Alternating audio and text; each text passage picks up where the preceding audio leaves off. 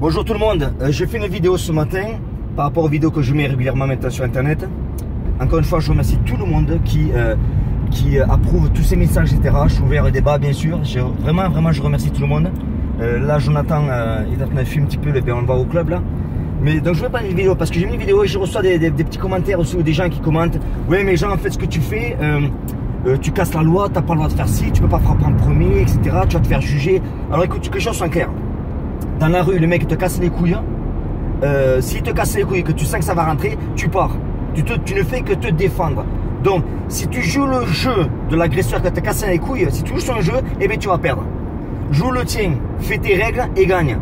Je pense pas que si un mec, ils sont deux ou trois, comme une vidéo témoignage que vous allez voir un peu plus tard ce soir, de l'instructeur de C3, que je remercie énormément pour ce qu'il a dit, il va expliquer un petit peu ce qui est arrivé.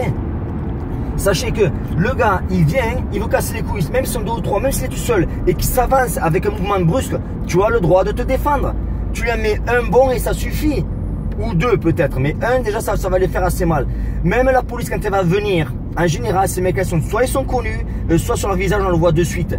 Donc le police va pas te dire putain je vais t'arrêter si tu as fait ci, tu as fait ça. Si tu justifies que le gars il est rentré dans ton espace de sécurité, c'est-à-dire qu'il est venu dans ta gueule et qu'il a commencé à faire un mouvement brusque, tu t'es défendu, tu as le droit putain. N'attendez pas les gars, ce qu'on vous montre dans la salle de défense, le gars il va rentrer un et vous allez répondre deux, trois. Mais putain ouvrez les yeux, le combat de rue c'est pas comme ça. Mais il faut arrêter le délire. Pourquoi vous croyez qu'en boxe anglaise ou en boxe ou en MMA, on attend parce qu'on veut le moment parfait. Mais après, c'est pas facile.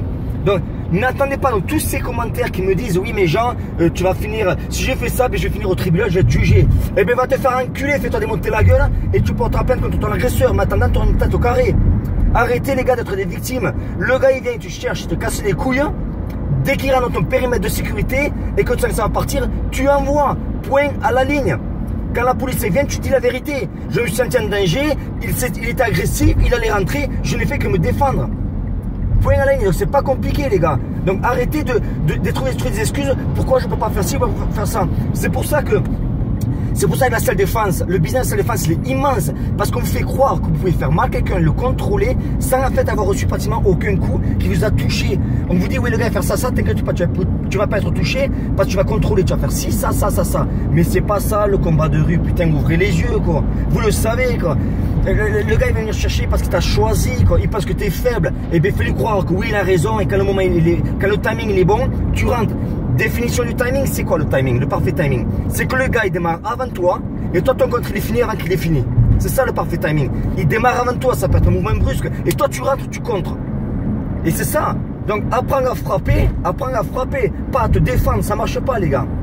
Donc arrêtez de me mettre des commentaires, oui mais la loi, etc. Je m'en bats les couilles.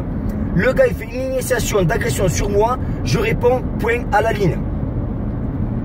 Merci, je vais arriver au club, là, vous voyez, on roule beaucoup. Attention, elle est redescendue là. Et rappelez-vous, oh putain con, abonnez-vous à ma chaîne vidéo YouTube. Parce que là, en ce moment, je parle beaucoup de sport de combat. Mais je vais parler de tout en fait. Je vais parler politique, je vais parler religion, je vais parler de tout. Même s'il y a des questions, je vous donnerai mon avis. Vous l'aimez, tant mieux, vous l'aimez pas, tant pis. Mais au moins, ayez l'esprit ouvert. Moi, l'esprit, je l'ai vachement ouvert. Sur la salle de défense, par contre, je l'ai fermé parce qu'il me casse les couilles. Voilà. Et je remercie tous les gens qui ont dit enfin quelqu'un qui a des couilles en fait pour dire ce qu'on pense. Eh ben ouais, je dis les choses. Je sais pas, je me bats, mais j'en ai marre de voir des gens, des victimes qui croient qu'ils savent se défendre et quand ils vont dans la rue, ils vont se chier dessus. Parce que tout le monde oublie un facteur hyper important, c'est ce qu'on appelle le facteur stress. Le stress, eh ben, c'est pas facile. Exemple, les mêmes qui boxent, etc. Dans tous les boxeurs, soit en pied-point, en taille en anglaise. À l'entraînement, on fait des super enchaînements, etc. Après un combat, on ne les passe pas aussi souvent et rarement. Pourquoi? Parce qu'il y a le facteur stress. Le facteur stress est hyper important. Les policiers, n'importe quel policier vous me diront, ils vont à un stand de tir, ils vont mettre toutes les balles dans le cœur, ou dans la tête, ou dans les couilles, ou peu importe. En situation de stress, eh bien, ils tirent un petit peu partout, ils n'arrivent pas trop à toucher la cible. Pourquoi? Parce que le stress, ce sont des gars qui sont dans la rue, qui travaillent régulièrement. Donc le facteur stress, eh bien, les gars, la seule façon de l'avoir, c'est de faire des combats. Des sparring lourds.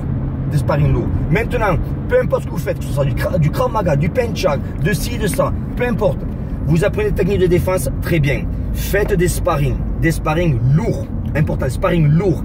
Et essayez de placer vos techniques. Si elle ne place pas, c'est qu'apparemment il y a quelque chose qui n'est pas bon. Donc moi j'invite tout le monde.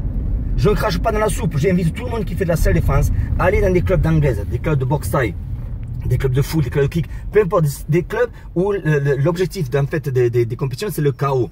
Donc, allez-y et faites du sparring. Le gars, il monte les points et il rentre dedans. Et vous allez essayer de vous passer votre technique. Si elle marche, très bien, vous avez un bon club. Si ça ne marche pas, remettez-vous en question. Il n'y a pas de honte à se remettre en question. Moi, je me remets en question tous les jours. Et j'en viens du pied-point, j'en ai fait du kick, de la taille, du full, du Kyokushinkai, j'en ai fait énormément.